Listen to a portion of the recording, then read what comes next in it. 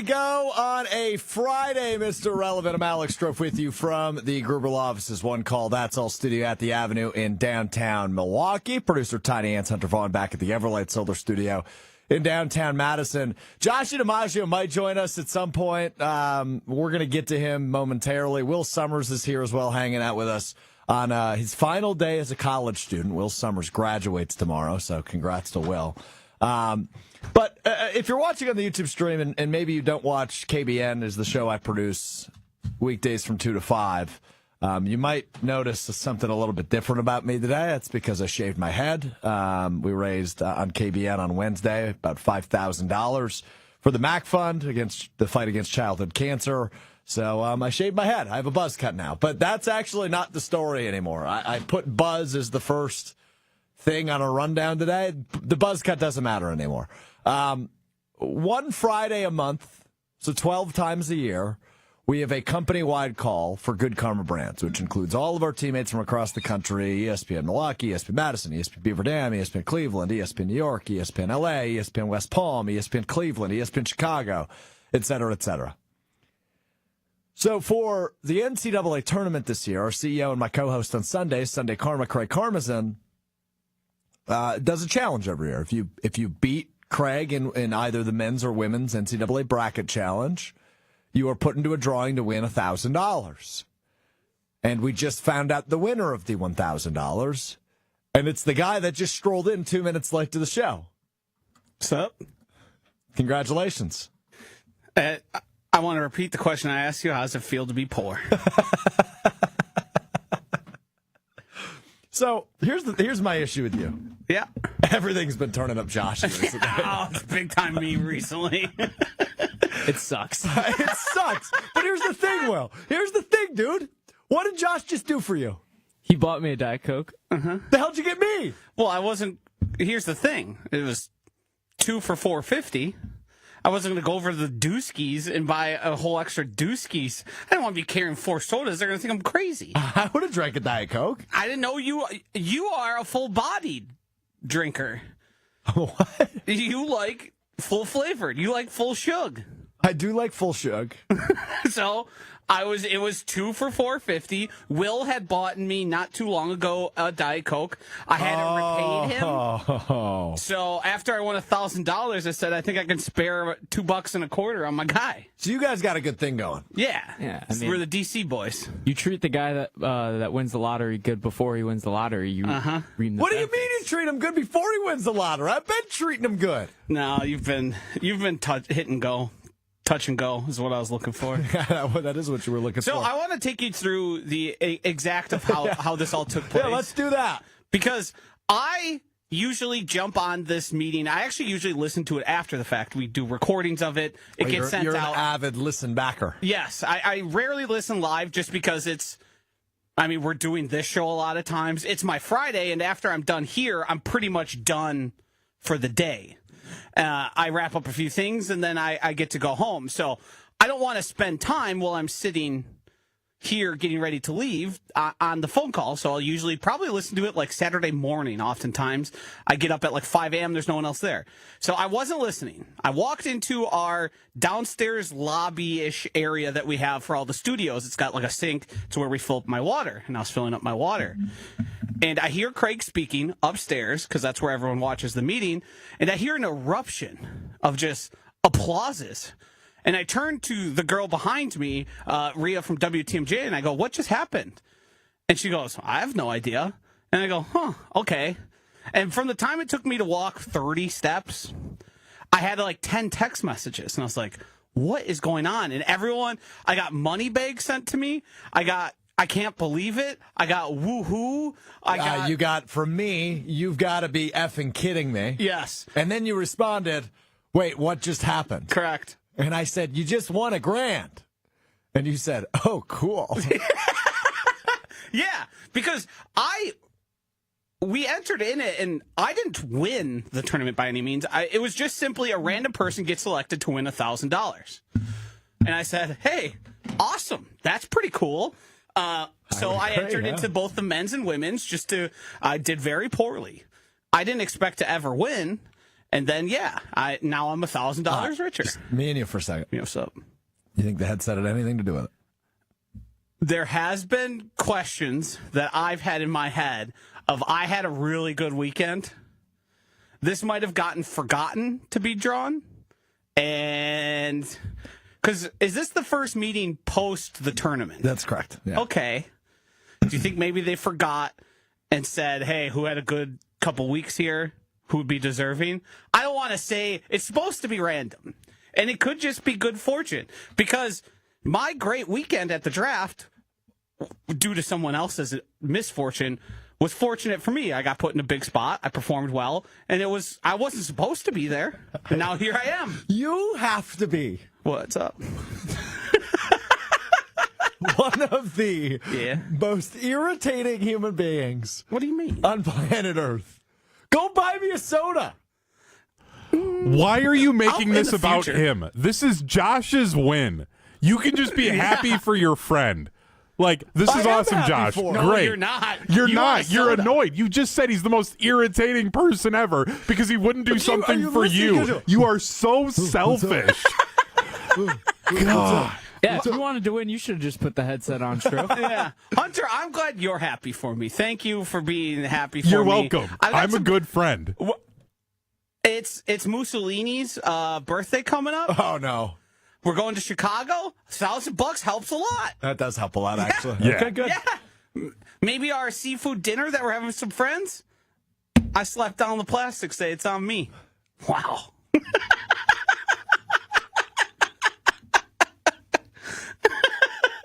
Wow. I mean, true upset that my buzz cut is not leading the show. Yeah. It is hard. How do you looking think at I look? You look fine. Okay. You have a decent hairline, and you don't have an oblong or odd-shaped head. So, I think most men can pull off a decent buzz cut. I had one myself during the pandemic when you couldn't get haircuts. Yeah. And I just Shaved said, it all screw off. it. I'm just going with it and seeing how it goes. I liked it. And then I said, hey, I have a decently shaped head. You got a nice hairline where everyone can tell. The problem I had is when I went buzz, if you were too far away, you thought I was just bald or had a horseshoe. You have the good enough hairline there where you could tell it's on purpose. And then if somebody asks, you have the great conversation piece, much like my tattoo of, it was a fundraiser we're doing on the air. It was very fun. We raised like $5,000. Yep. So all in all, I mean, it's a win for you. I would agree. There's no big events coming up for you where hair's necessary. It's summertime. Yeah, I don't think I have any. I have weddings to attend in the summer, and my hair should be back at least a little bit. But, like, also, there's a chance I just stick with it.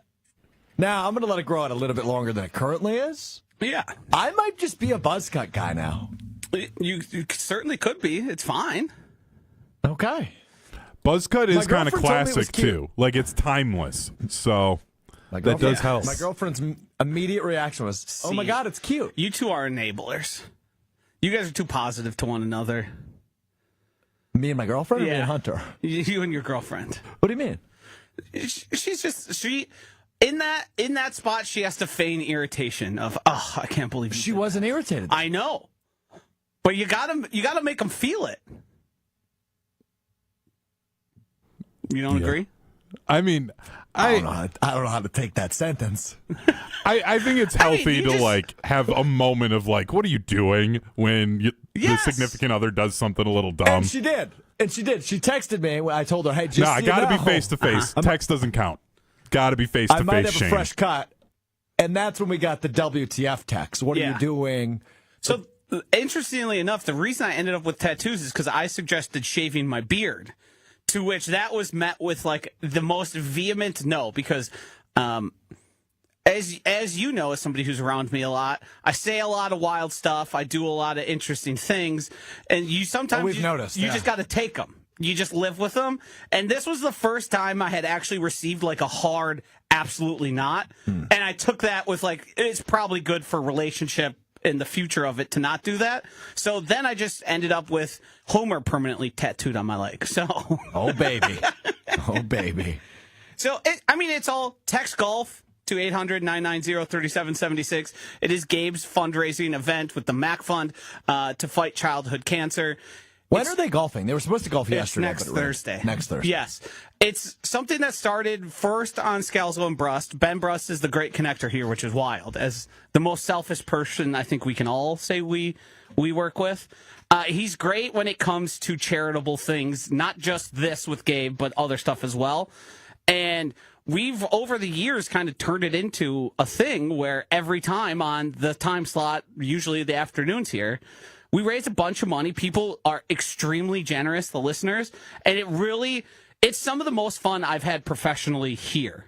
Is doing it's going to cost $1,000 for X. Or we're going to slap Ben. We're going to cut Greg's hair. We're going to shave your head. I'm going to get tattoos. So all in all, it's for good. You can't be. That's the nice thing we have is, well, we did it for the kids. We did it for the kids, baby. I mean, Gabe's the loser in all this. Yeah, he lost his beard. He looks totally different. He looks like a different human being. He looks like, so I've known Gabe 10 years now. I knew of Gabe, obviously, because I was just a fan of the station and had seen him. He looks like he's a child. He looks way younger. He's almost 40, right? Yes. 38, 39, something like that. His face shape changed. It did. And maybe it's good for him to look younger, but his wife said she's not going to kiss him until he grows some of his beard back. Oh, no. She said she tried it out once. Said didn't like it. Said nope. One smooch is all you get, Gabe.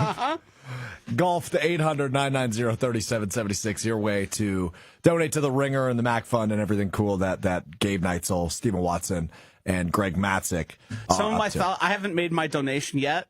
Some of my $1,000 will be going towards the Ringer. So thank you, Craig Carmison, for helping the Ringer event, which you already donate to, I'm sure. Everybody wins. Yeah. Look at Joshy, good guy. I mean, you can't publicly win $1,000. Oh, and not do anything good with it? Just be like, yeah. Oh, that weekend in Chicago, I got hammered. Josh, where'd you get that new car? That's like when you win like the 50-50 raffle at a charity event. It's like you have to just give the money right back. Like you're only getting in the 50-50 raffle to give the money back. I've thought about great this. Debate. So the wedding I attended on Sunday did a 50-50 raffle, which I've never seen done Love before. That. Isn't that great? Love that. That's so awesome. Naturally, I'm like, here is $50. Right, because it can go to a charity of their liking that they choose, or you could even do, hey, we're doing a 50-50 raffle. This is for our honeymoon. That's exactly what the they other did, half is, and like someone like me, gambling involved, I'm in. Exactly. So naturally, I put $50 toward it, and did not win. No. But I was thinking to myself, I was like, if I win, I will donate it all back except the 50 I put in. I want my $50. So in that situation specifically, I would happily take my 50 back since they're getting money for nothing, essentially, other than giving out tickets. Yeah. I had a friend, it was something work-related. We had a 50-50. I believe it was at Broken Bat Brewery. Shout out. They had a 50-50 there. It's like when they do the guest bartending charity fundraising that we do. And my friend won it.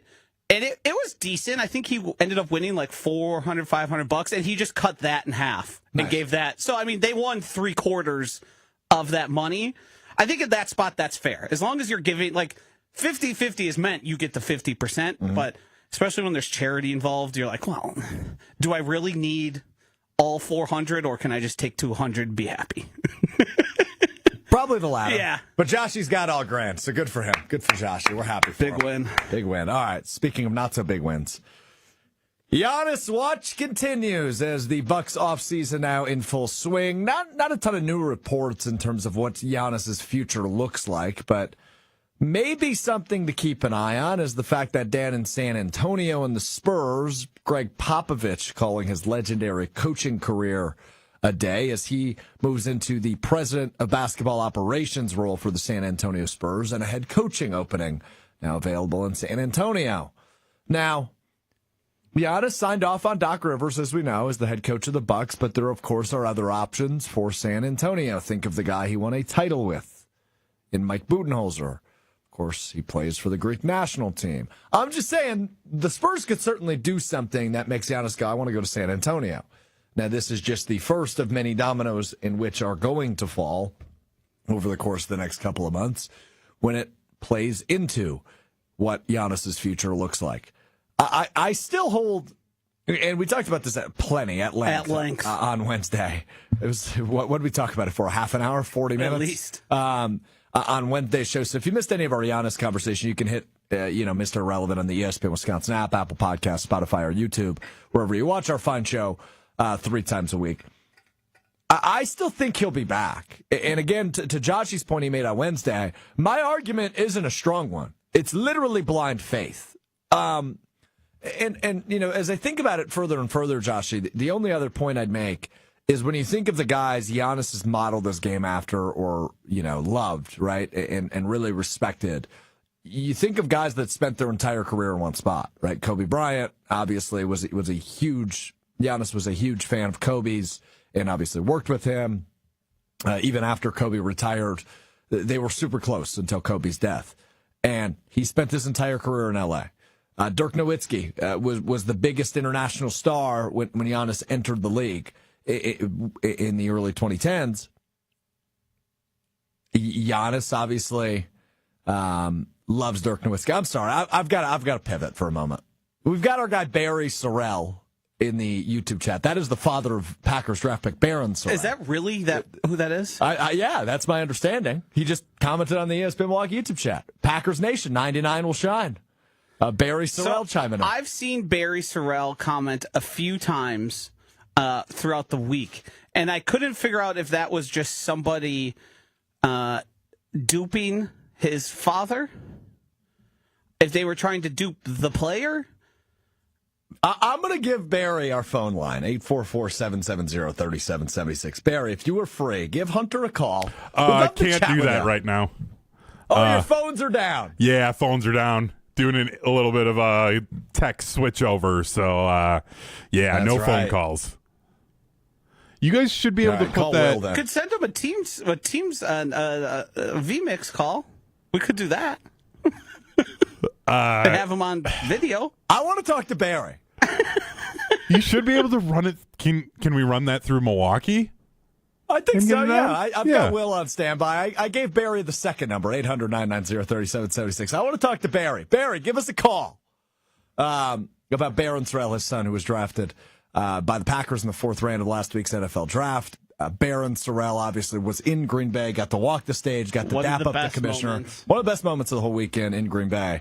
I was at the draft for that moment, which was really neat to see in person. He and Matthew Golden became instant fan favorites. Oh, 100%. Those two moments that those two guys had were things that not only the Packers fans there, but the Packer fans watching are going to remember for a long time. No doubt.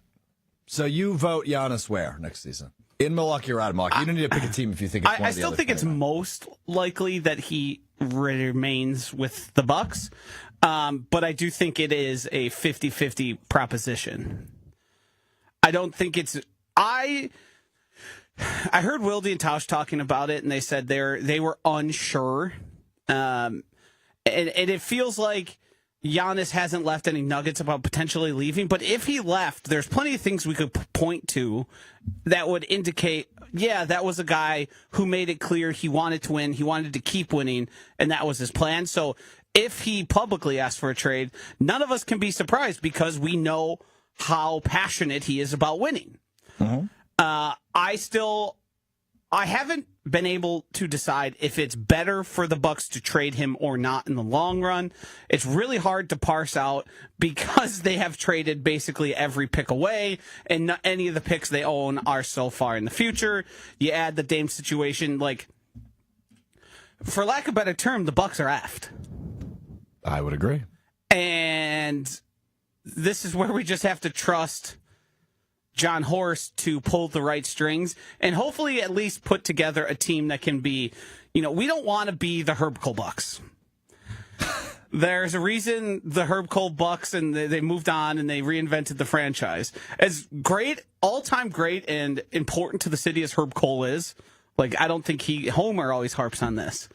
Mm-hmm. Like, he's extremely important. He donated his own money for the Fiserv Forum to get built after he was basically told he should sell the team.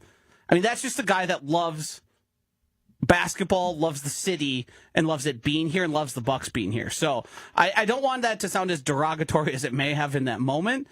But we don't want to be the 7-8 seed competing in playing games that are one and done and getting blown out by the Cavs. Or like that's just a situation that I think we would, as much as we say we want to be in the playoffs, we watched the Bucks suck for so long. Year 2 or 3 of that, we're really sick of it. No doubt. I mean, it was. I don't even want to reflect on that. I want to more look at the future because I think something with Giannis that we have to keep in mind is he's only 30 years old, right? Like he's still got some tread left on the tires, and he proved to us this year he's still capable of playing his best basketball.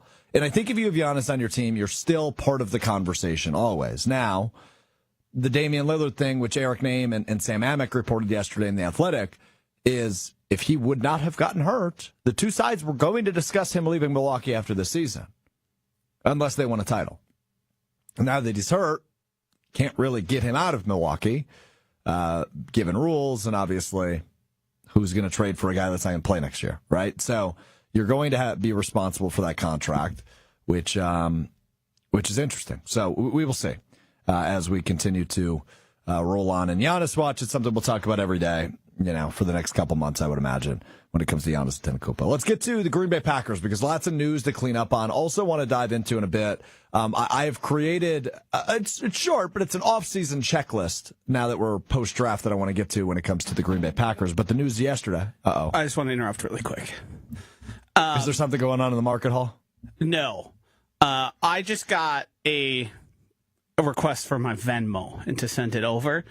And when I opened it to send over my user ID, I noticed, and I haven't gotten a chance to mention this to you, that for the draft on Friday, we stopped at Starbucks, and I just picked up the tab for everyone's drinks.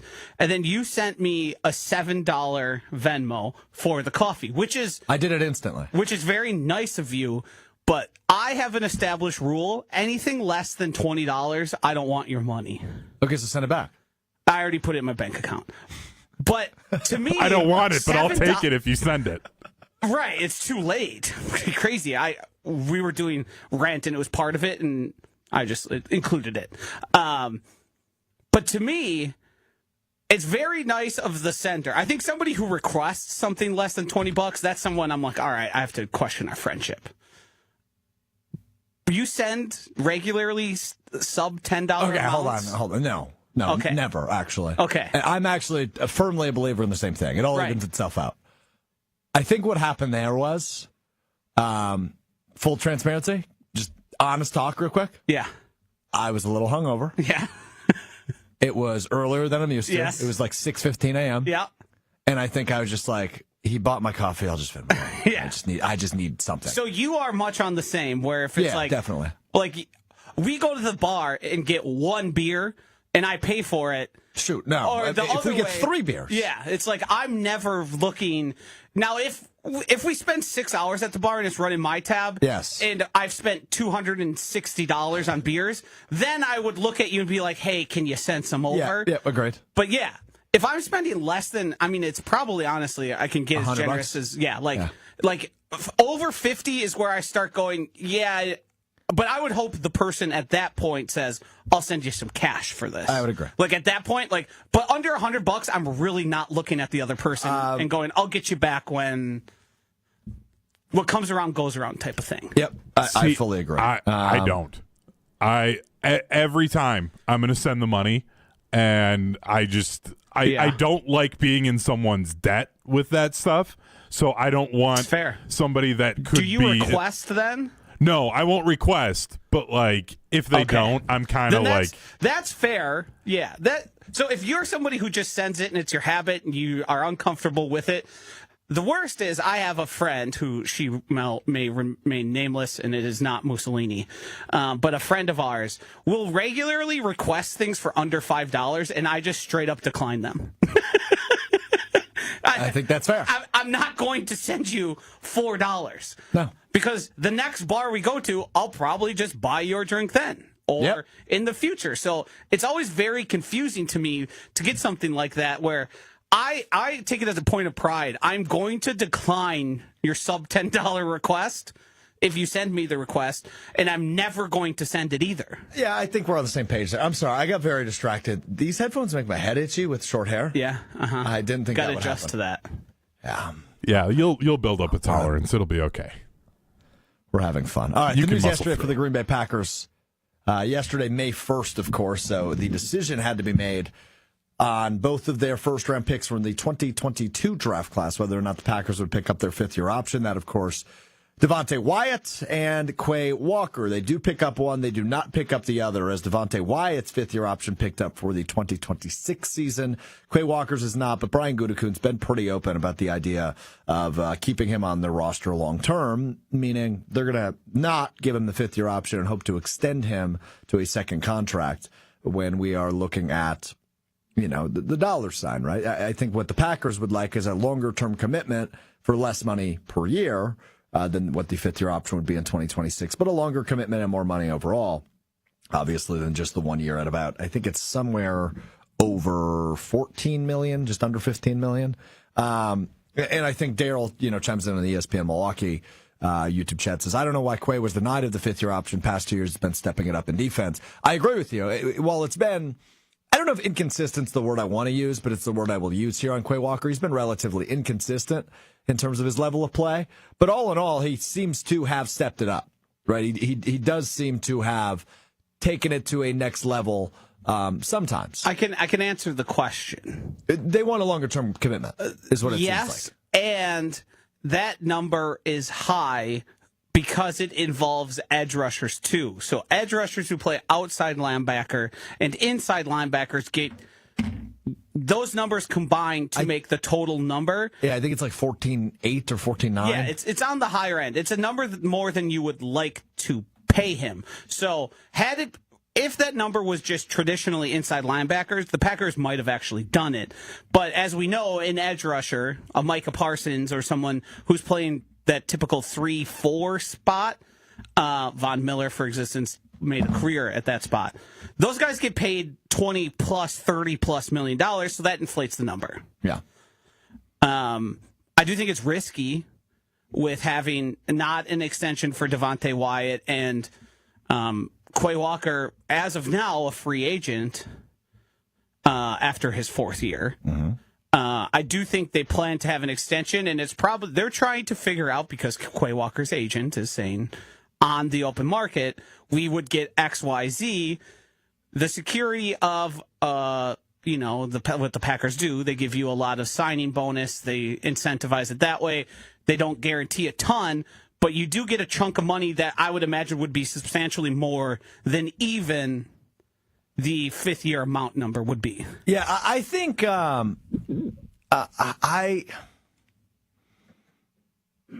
I think they'll get a deal done, but I would imagine not this year. Yeah, It could be during the season like they did with Rashawn Gary a few years back. I do think it's a priority because I think Quay's athleticism at that position, as many as boneheaded mistakes he's made and at times has not played well, I think he turned a corner last season before getting injured. Yep. And I think the combination of familiarity and rare athletic traits at that position, you can easily make the case for this guy's best days are still ahead of him. And there's probably many of them because, he can run. He can cover sideline to sideline. It's just sometimes he isn't the most, his instincts aren't the best, which some guys are Luke Kuechly and can tell you every single play where it's going beforehand, and some guys are more read and react. But I also think you can improve that with the more time you spend in the film room, the more time you spend on the field, the practice field, all that. Yeah, I think you're right on that.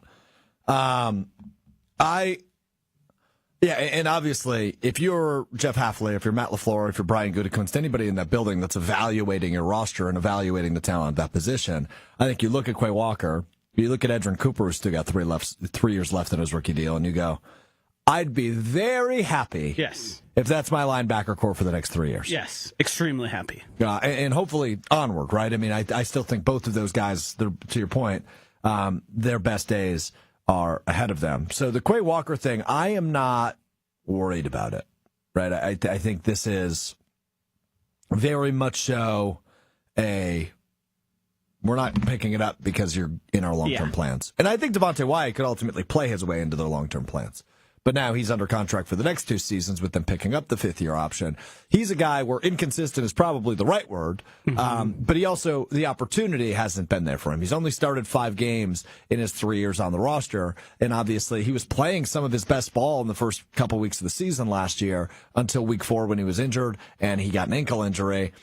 He's a big boy. A big boy with an ankle injury isn't going to be as productive as a big boy without an ankle injury. Trying to wreak some havoc on the inside there for the defensive line. So I like Devonte Wyatt. I like some of the things I've seen from him. It's just this year, if he can stay healthy, I'd like to see more of him. You're looking for consistency and the less of the disappearing act, because at times he looks virtually unstoppable. He's incredibly disruptive. He's getting into the backfield. He's affecting the run plays. He's pushing his guy back into the quarterback, or he's getting to him.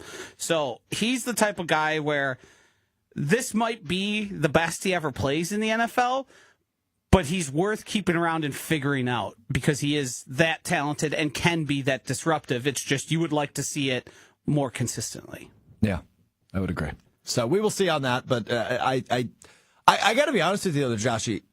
Last thing on the 5th-year option from yesterday is I thought it would be the other way around, to be real honest with you. I thought Quay Walker would be picked up on the 5th-year option and Devonte Wyatt would not be. And I don't think that indicates whether or not Devonte Wyatt's in their long-term plans. I think it was more so it's kind of a prove-it year for him. And Quay Walker, they want to push out the idea of a contract extension, but they probably don't view him as worth $15 million in 26. I thought it was the same until I realized early in this offseason that number included edge rushers, and it was an inflated. Yeah, I think it's about $2 million, roughly, higher than what Devonte Wyatt got. Yeah. So once I realized that, it became clear to me that, they'll probably just try and work on an extension. Yeah. So we'll see. Okay, so as we get further into the offseason here for the Green Bay Packers, now with the NFL draft in the books, I have put together a short checklist, if you will, of Packers priorities this offseason now as we get closer and closer to the NFL season. The schedule release coming in just under 2 weeks, so we will know whether or not the Packers actually play in Ireland. We will know whether or not what the Packers' schedule looks like. When do they play the divisional opponents? And it's a tougher schedule this year for Green Bay, given their divisional draws. So that's coming up in a few weeks. But as we roll into rookie camp, which starts today in Green Bay, the OTA is coming up in the next couple of weeks, and then ultimately training camp at the end of July. Here is the offseason checklist I have put together for the Green Bay Packers over the course of the next few months. First up on that checklist, to the surprise of nobody, you've got to make a decision on Jair Alexander.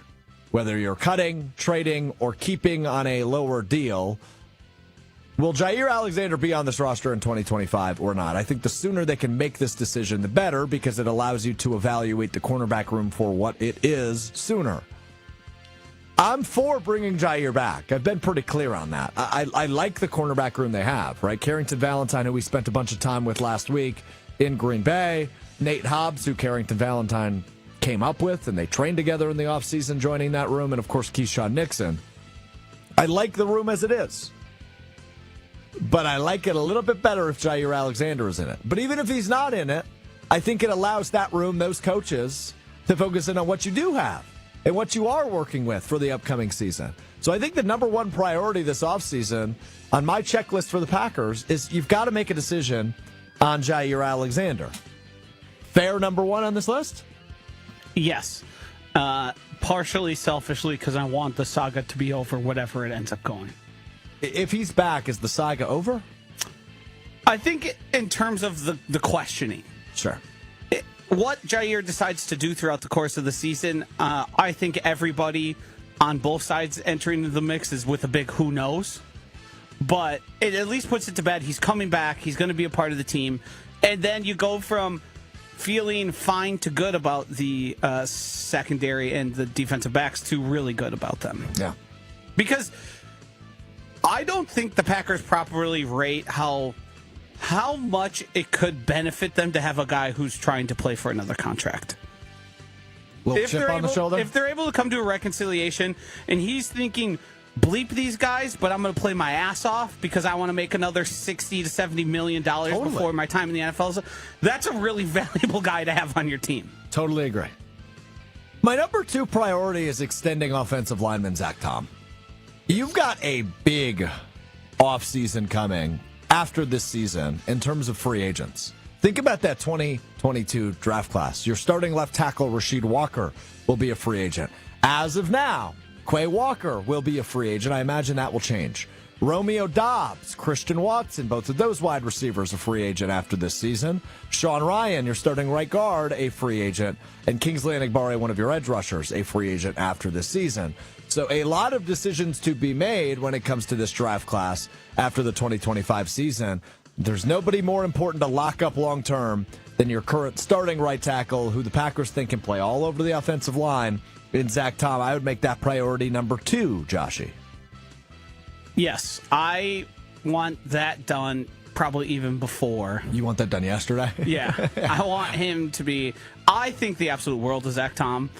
I think he's talented enough and valuable enough to play anywhere. I think he could easily play left tackle had he wanted to, but it's one of those things where you don't want to screw up the good thing you got going. He's really good.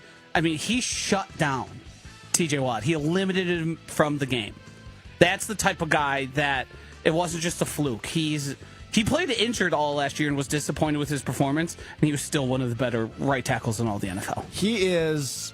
I mean, no disrespect to Elton Jenkins when I say this, because I think they're 1A, 1B. But Zach Tom's their most important offensive lineman, and probably their best one. Yeah, I think if you wanted to get Brian Bulaga, Mark Tauscher nerdy on it, you say a guy who can snap the ball, play left guard, and play left tackle is going to be your most valuable. But I think Zach Tom can do all those too. Yes, we just haven't seen him do all those things. I think we have seen. I think the most talented by far is right now, because Elton Jenkins is on the downswing of his career. I still think he has a lot of good NFL left in him. Agreed. But yeah, Zach Tom is that dude. Zach Tom is that dude. So extend offensive lineman Zach Tom is priority number 2 on my offseason checklist for the Packers. This one, I don't know. I don't love my phrasing on it, but you'll understand what I mean when I say it.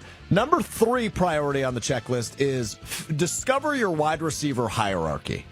Right? Figure out who your dogs are, but also with this room, and I can't overstate my excitement for training camp and ultimately the beginning of the season when it comes to that room in particular, because I think, you know what you got to a point in Romeo Doubs.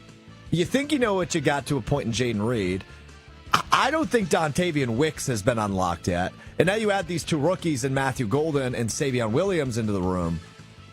Matt LaFleur is going to have a lot of fun with these guys. I think all 5 of them are going to get snaps in the regular season. So don't get me twisted when I say hierarchy.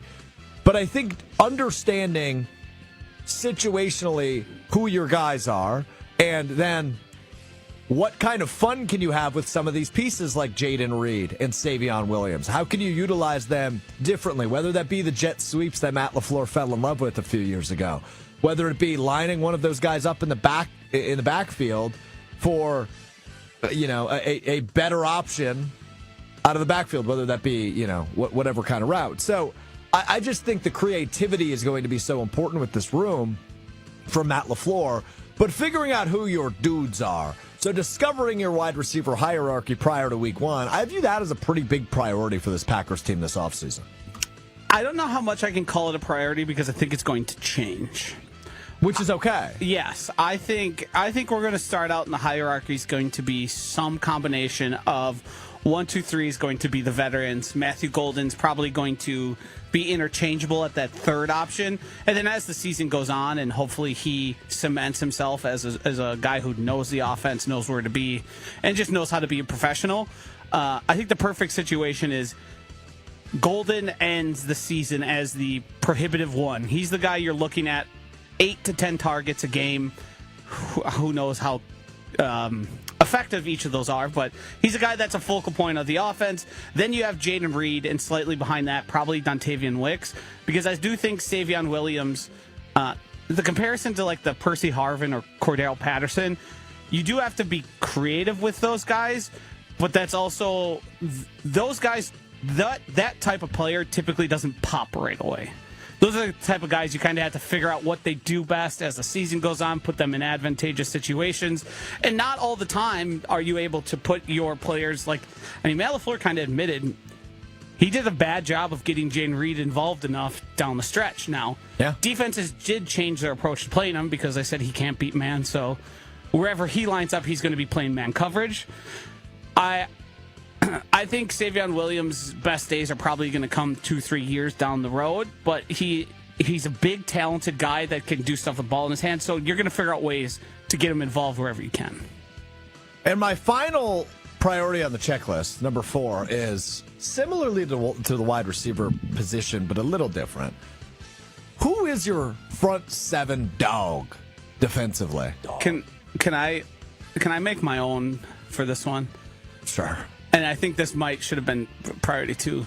Make Lucas Van Ness good. Make Lucas Van Ness great. Not again. I think good is I'd be happy with. Yeah, I mean, I think that falls into this, though, as well. Yes. Just when you look at that front 7, I think you have some good players there, right? I think Rashawn Gary is a good, not great player. I think Edgerrin Cooper last year showed us some really good things. How do you get him to be great? Quay Walker, who we talked about earlier in the 5th-year option, not getting that, but will likely get a contract extension. How do you make him into a beast in the middle, right? A guy that's leading the team in tackles type guy and is a disruptor and can do a little bit of everything. I think in the front 7, there was so much disappointment in terms of getting after the quarterback last year. Lucas Van Ness is a great example by JOSHY of a guy who just didn't take that second-year step. Can he do it in year 3? You hope. But I think discovering your front 7 dog, who is going to be in charge of getting after the quarterback and creating chaos and being a disruptor, that should be the biggest priority outside of the Jair Alexander decision for the defense. So just to recap, my 4 things on the Packers offseason checklist. Number 1, make a Jair Alexander decision. Number 2, extend offensive lineman Zach Tom. Number 3, discover your wide receiver hierarchy. And number 4, who is your front 7 dog heading in to 2025? You just wanted to say dog. Give me your best dog. Dog. Will, give me your best dog. Hunter, give me your best dog. Dog. Oh, that was good. That was good by Hunter. All right, there we go. Plenty of reaction flowing in. The ESPN Milwaukee YouTube chat. Daryl. Nugget Tears. That's a great name. Talk about the wide receivers. Versatile offense. We have a lot of smaller, fast guys. They got to be hungry, and Dobbs has to catch everything. And the good news is about Romeo Dobbs, who I think this will likely be his final season as a Packer, unless he just develops into an absolute stud and wants to remain in Green Bay. But after some of the things that happened last year, I would guess that this will be Dobbs' final year in Green Bay. You know, I've used the term security blanket a lot when it comes to the Packers wide receivers. And that Love needs one, right? Needs that go-to guy that Rodgers and Favre seemingly always had. It looked like Love's first year as a starter, 2023. Romeo Dobbs was probably the front runner in that conversation, right? When he was in trouble, that was the guy he lofted it up to. And to Romeo's credit, that guy does have great hands. I mean, he does catch a lot of the things thrown in his direction, even if it's a 50-50 ball. I just don't know that he's that guy anymore. I still think he can catch the football. I just don't know that he's the security blanket. I think that might be a role for Tucker Kraft going forward. Yes, that to me makes the most sense, and hopefully that ends up being Matthew Golden in the future, seen as what was committed towards him. And I don't want to pat myself on the back for this. But here we go. When we went into the season with he's the number 1 wide receiver last year, my concern was he's a fine receiver, but he does nothing great. Mm-hmm. He's not explosive. It's going to shorten and condense the offense. He's not going to be getting open downfield. He's going to function best in the intermediate areas. He is quite proficient at contested catches, but I think it's because he's been catching contested passes his whole life because he doesn't get very open. He's not a separator. That's not something that comes naturally to him. I do think he has great hands, and I would love for him to be a factor in the offense. But I think if he doesn't meet the challenge of the 2 new wide receivers plus the 2 other guys that are already there that we've determined as like pretty much established members of the wide receiver core, he very quickly can become a distant 5th or 6th option. Because if he decides to not show up or not give full effort in camp or practice one week, I don't think the Packers won't need him. That's true. That's an interesting spot for him to be in. The offense seemingly should be fine without him. It would be great to have him, but either you get with the program or you get out of here. I love that point because, again, you're going to get sick of me saying this over the course of the next few months, but I'm so excited to see what this offense is about, right? These wide receivers, it's a stacked room right now in terms of the competition.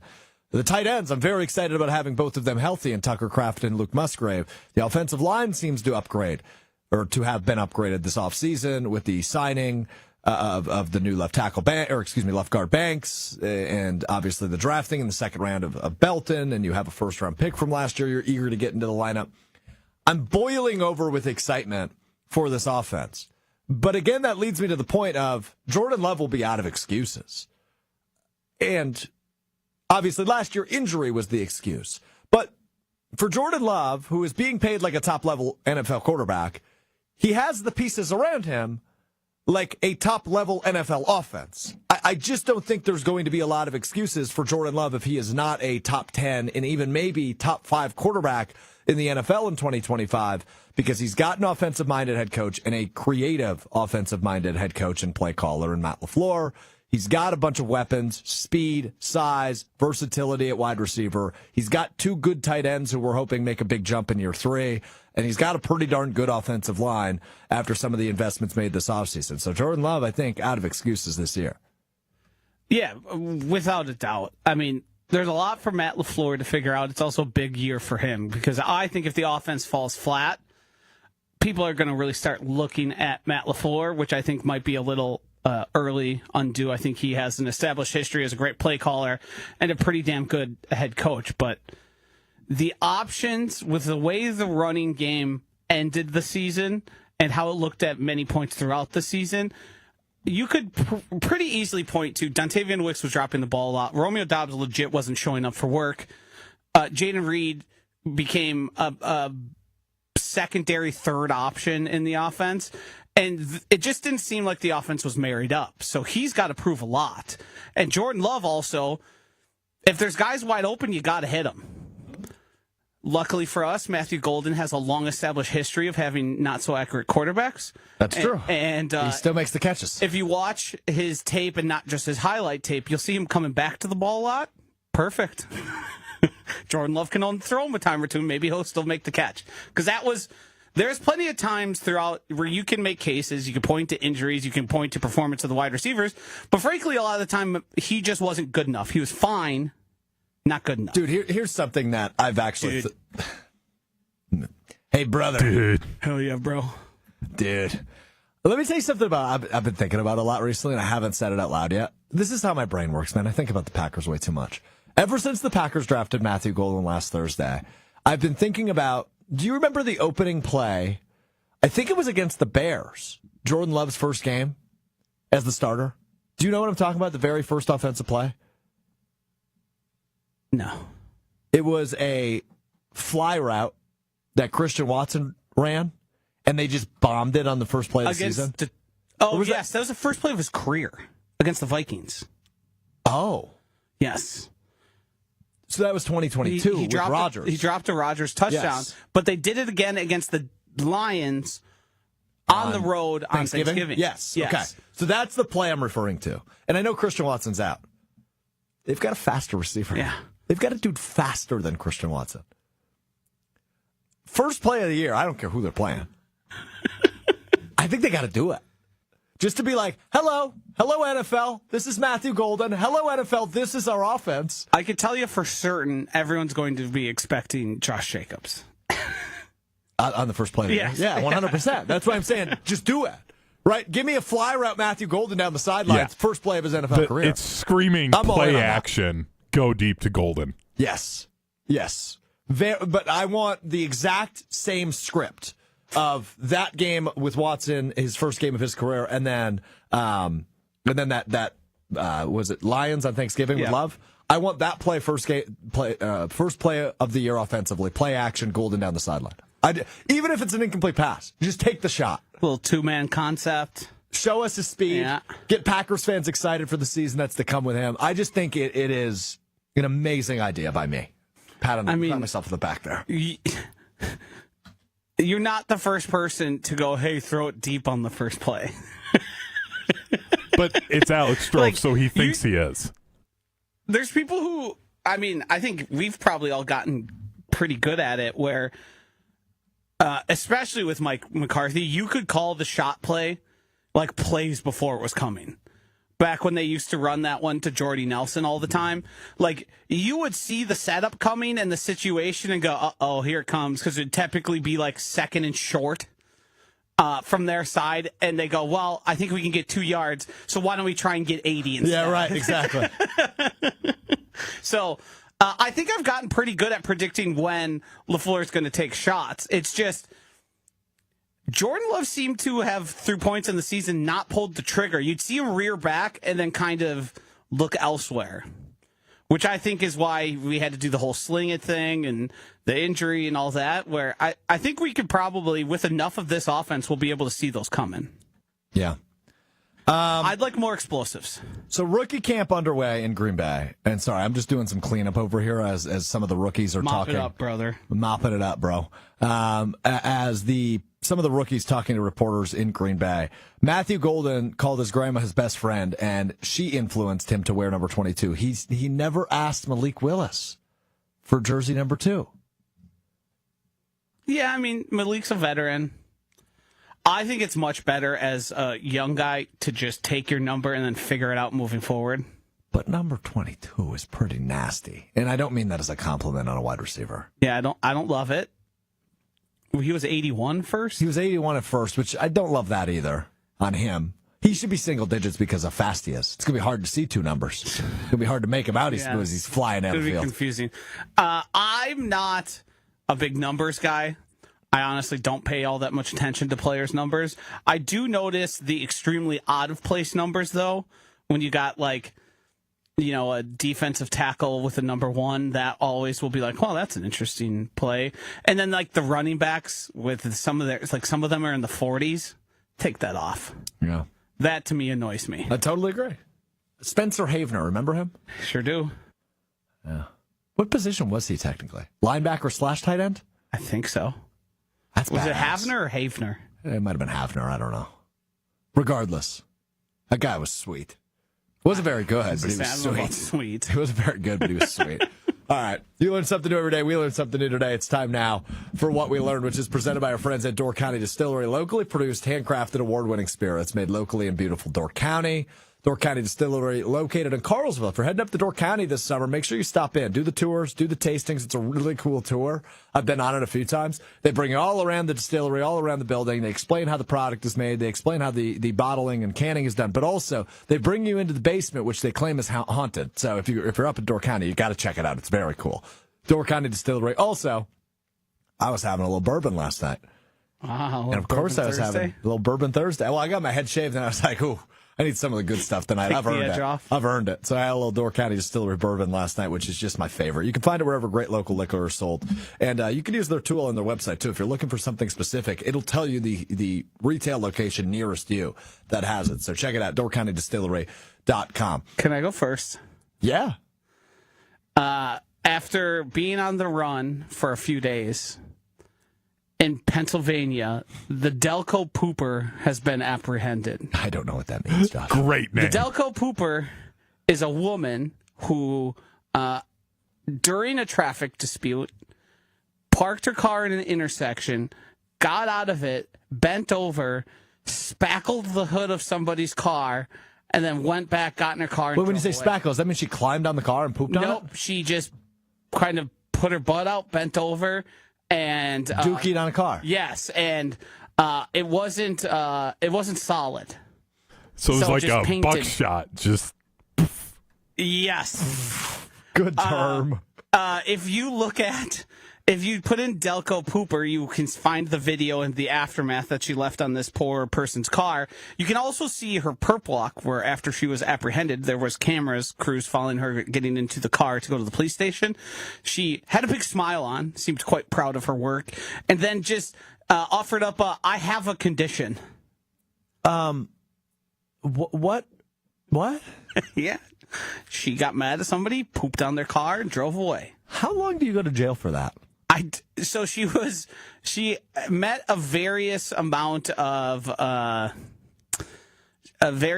things of like there was disorderly conduct and there was actually like maybe disposing of waste public on a indecency, highway. yeah. Public nudity, Yeah, public indecency. So they threw the book at her. They don't take lightly to just dumping on somebody's All right, car. just real quick, round table, because I'm actually going to cede my what we learned time today. I want to get to Will, I want to get to Hunter. I just want to go around the room. I'm going to influence my decision before I ask you the question. Kind of respect it. Love it. Baller. Insane, but I get it. yeah, but I get it, he says. Insane, but I get it. Good call, Hunter. All right, Will, you got one? You perked up when we brought up what we learned. Yeah, I do have one. I learned how to do my taxes. I did my taxes last night for the first time. Will, Yeah, I know. A couple weeks late. did you file for an extension? No. Oh, William. It's certainly a good thing you took to a public platform where it will live forever that you were late. All right, real quick. Did you pay a late fee? No. Real quick. I didn't know I was supposed to.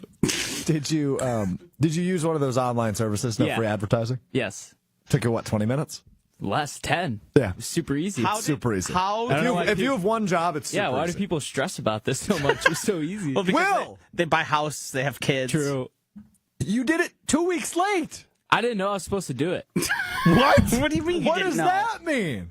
Well, usually, like, my parents do it, and then I went home last week, and they were like, did you file your taxes? I started laughing because I thought they were joking, but they were being dead serious. And then they got really upset with me because apparently I was supposed to do them, like 2 weeks ago. All right. Before we get to Hunter, who That actually has an incredible what we learned. He told me what it was before the show. Round of applause for Will. Graduating college tomorrow. Thanks, guys. Congratulations, Will. Appreciate We're it. proud of you. You're not going anywhere, is my understanding. You're going to be hanging with us still? Yep, hanging here. All right, cool. Good. I think your Will's Weekend Review, by the way, that you do on Wednesdays, I think that's the reason you're hanging out. You seem very proud of your work every week. So you can't give that up yet, right? No, I just like hanging out, talking some ball. But Are you a ball knower? Yeah, I would say so. He told me about the plights of being a ball knower with NHL and NBA playoffs going on and late NBA tips You know what's cool? and MLB games. So I flipped on a hockey game. That would have been Tuesday night. And, we're still organizing the apartment because we just moved. Let me guess, hockey's fun. No, hockey is fun. That's not what I was going to say, though. I turned on the TV last night, and my girlfriend goes, "Can you turn on the hockey game?" Actually, I don't want to watch basketball. I was like, hell yeah. And we turned on that, who are the Kings playing? I don't remember. Oh, the Oilers. Isn't that Kings Oilers supposedly game? your favorite team, the Oilers? That's correct, yes. Yeah, I'm an Oilers fan. Connor McDavid and... End of list. Yeah. There was 4 goals in the first 4 minutes. It was crazy. Yeah. Playoff hockey, cool. hockey rocks. Yeah, it does. I've always known that. It's just some years I don't get as into it. Yeah. This year I think I'm into it because my girlfriend wants to watch it, which is great. I have fallen out with hockey. I watched the Blackhawks for most of my life. And then just sort of once I started working here and there's no one to talk about hockey with and there's no reason for me to have hockey knowledge. Sure. That's when it kind of died out for me. Are you not a Blackhawks fan anymore? I still am, and Okay. I'll still watch them. I'll still see. So They're I am just the so only bad. non-Blackhawks fan on the panel Yeah, they are very bad. because Hunter is a diehard Blackhawks fan. Will is from Illinois. I assume you're a Blackhawks Yeah, fan. I go guess to a I've couple never asked. games a year, too. Nice. My first ever jersey was a Chris Chelios jersey. Nice. Wisconsin legend. Yes. Indeed. But my parents, was when I was playing youth hockey, my parents got me, you need practice jerseys, or as they listed it, just a jersey. So they went out and brought me Chris Chelios jersey, and then I had to wear that to practice until they realized, everyone else has these blank, cheap. Oh, like the nylon. Yeah. So that, as a family that didn't come from playing hockey, who were just kind of trying it out, I looked a little goofy for my first few practices and said, hey, can we get one of these, like, $5 practice jerseys so I don't look like a doofus out there? So then it just became my jersey to wear to school. Nice. All right. Great story, Josh. Thanks for that. You got it. All right. Grand finale time. Hunter, your time to shine. Okay. My what we learned is don't use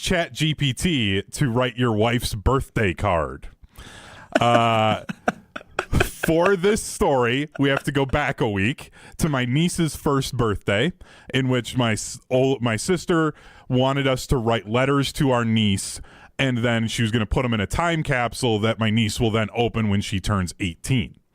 And I was struggling to write it.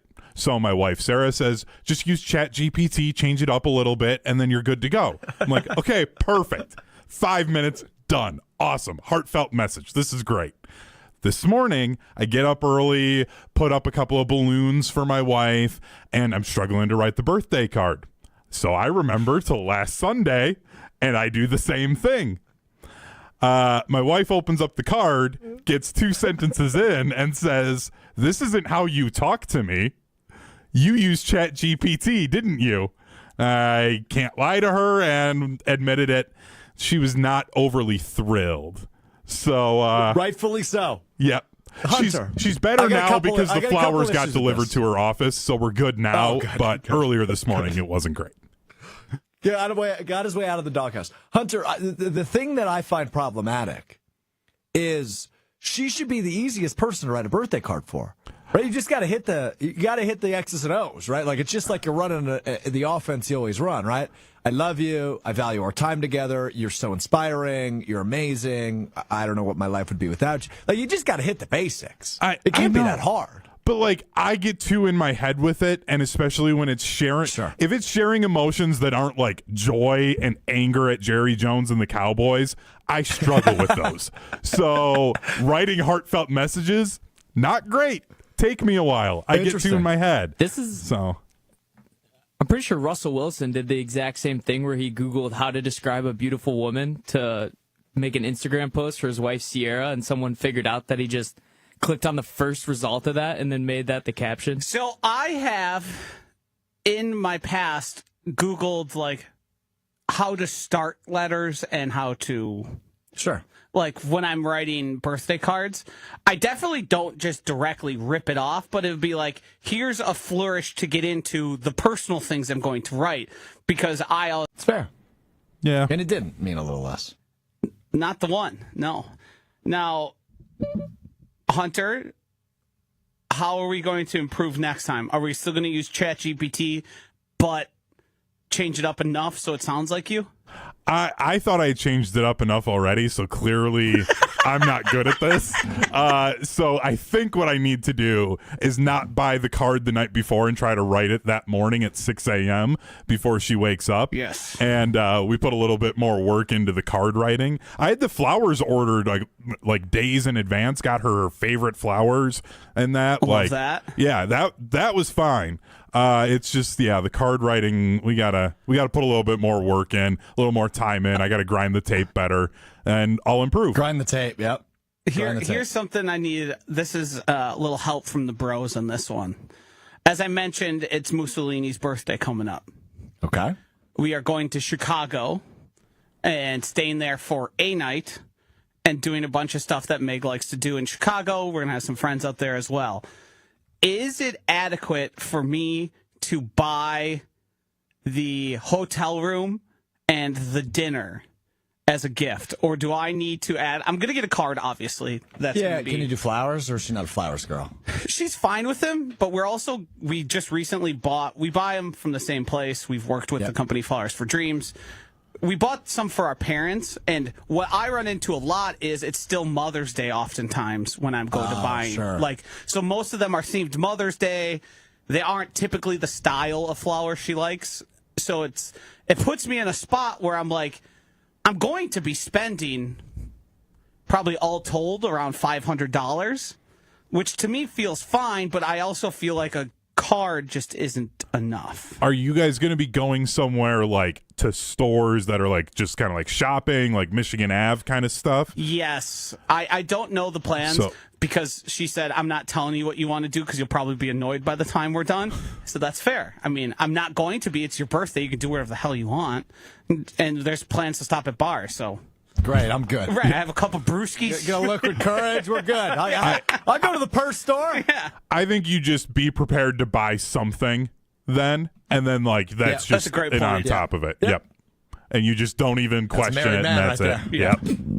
That's a married man right there. Yeah, uh-huh. All right, good work this week, fellas. Back from the NFL draft. Will is graduating college this weekend.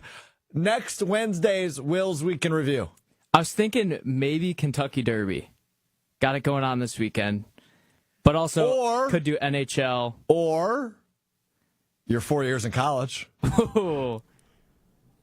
I don't know if I can tell some of those stories. Well, I think you could do interesting thing with names of classes, names of professors, bars you visited, maybe Like a scrapbook? a voiced out scrapbook. Yeah. Okay. I don't know. It's just an idea. Yeah, I'll think on it. You could, if you want to do the Derby, do the Derby. I think there's some really funny material there. There's good names in the Derby. But the funny thing about the Derby is not changing the names. It's just they're already the funny. names. They're already funny. So we'll see. I also worry about, what is it, 90 seconds? It's like the fastest 2 minutes is what it is. The fastest 2 minutes in sports. Yep. I have a feeling you might be short on content because a race happens and that's it. Yep, that's correct. No one really knows, is familiar We'll with see. Now, I don't know any of the top racers. I don't either. I don't follow horse racing. I get the honor, though, of working with Will on Sunday morning. He's producing Sunday Karma. Yes. I just mentioned he graduates college on Saturday. I really hope he shows up. Yeah. I'll show up.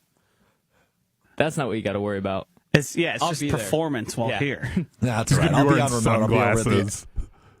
He'll look ridiculous. I've done that before. I'll be over at the MS Walk, get the opportunity to MC that on Sunday at the Summerfest grounds, and then we're doing Sunday Karma live from the MS Walk at the Summerfest grounds on Sunday. So if you'll be out there, come say hey. Myself and Brian D will be there. Will be in his cave, probably with the lights off. Lights off, yep. There was a time in Madison, it was after a college game day, that I, for one time of the year, went out to got experience because I was producing them most of the time. Went out, had a big night, had to get up, go to this. I laid on the floor and sent it to break via the floor. I just knew where I needed to go. I stayed there and just fired the brakes, brought it back at the end. And yeah, that was... I got to admit, I've also been there. Yeah. I don't know that I've ever fired the brake from the floor, Oh, you got it. but I have certainly laid on the floor. Yep. Yeah. I put tape where it was so I would know which one. Oh, that's I had a smart. visual marker. I just threw my hand up there before the break to try and find it. Oh, you're a smart guy. I should have done that. Where's my mouse? All right, boys. Good stuff this week. We're back with you Monday beginning at 12:30 Central, ESPN Milwaukee, ESPN Madison on YouTube, and, of course, the free podcast feed, Apple Podcasts, Spotify, and the all-new ESPN Wisconsin app, and, of course, right here on YouTube. Enjoy your weekend. Make decent decisions, especially you, Will. We'll talk to you Monday. Peace.